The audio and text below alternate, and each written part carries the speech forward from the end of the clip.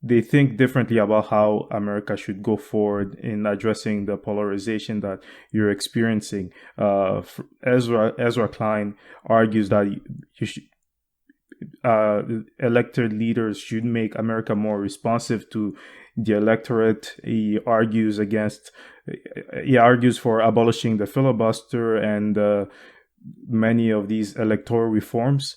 And on the other hand,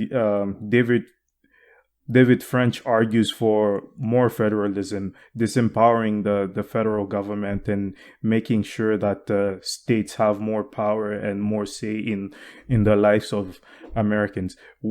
I guess if that's a spectrum, where would you fall on that, and what are your views about addressing the polarization that America is going through right now?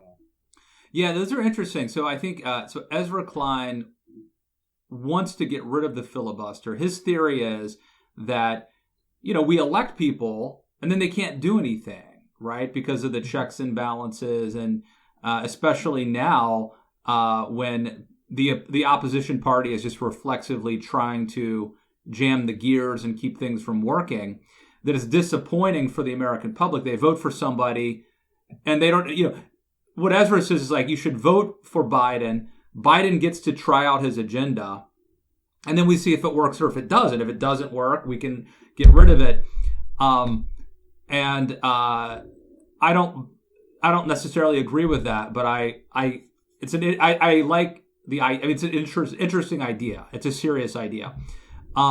I would tend to be more in the David French camp. I mean, he and I are both conservatives. And if those were the options, I would tend to be more in the David French camp of federalism. I do have to say that in both cases, they're both kind of making an argument that there needs to be a systemic change. In other words, we can't just try to be better, or try to be nicer or try to get along. That something has to change. I tend to think that our biggest problem is probably technology. That we are right now undergoing a major technological transformation with, social media, for example, that has, disintermediated the gatekeepers, and it's empowered, outsiders, and some of those outsiders are good, and some of those outsiders are barbarians that should have been kept at the gates. And I think, and some of the big problems that we're seeing, honestly, not to sound ageist here, but it seems like some of the old sort of boomers who are on Facebook, who are more susceptible to, real fake news. I wonder how much of this we're going to kind of get past once we get, the problem is technology is going to keep changing, right? Pretty soon we're going to have these deep fakes and stuff like that, and probably holograms. So it's a moving target, but I do wonder how much of this is just the natural byproduct of us trying to adapt to, like, keeping a civilization and a country together when the average person is reading newspapers and books is very different from when everyone's on Twitter and Facebook. So I think that has been the biggest change. Yeah, and I think that also has been what has allowed like other people in the media to kind of gain not fame per se, but a bit of notoriety, because people aren't looking towards getting getting their news from those traditional outlets. That like, if I'm gonna get biased news, I might as well get it from where I want to get it from. So you have the rise of like Steven Crowder's, Ben Shapiro's, like all these guys, right?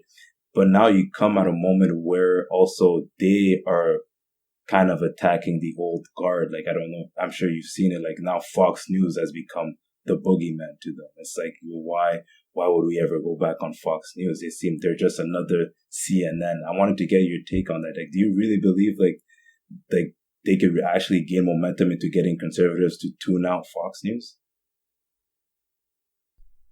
Yeah, I think it's a scary place that Fox News is in. And I'm not saying that they're going to collapse overnight.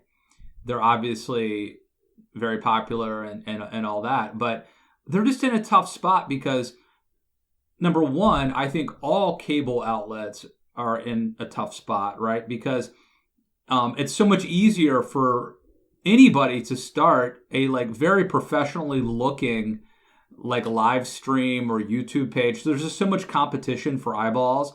The average viewer of cable news is probably pretty old, and so every year they're probably losing viewers.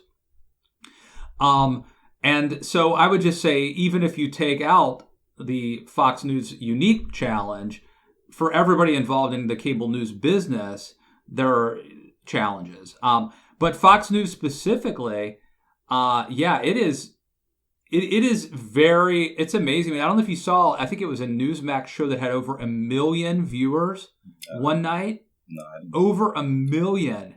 And I think part of that is certainly because Trump has turned his audience against Fox.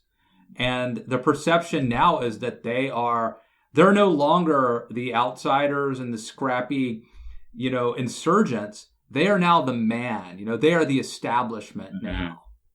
And so Trump squeezes them. Either they do what Trump wants, in which case he backs off, or they do good journalism, in which case he destroys them. It's really a difficult situation.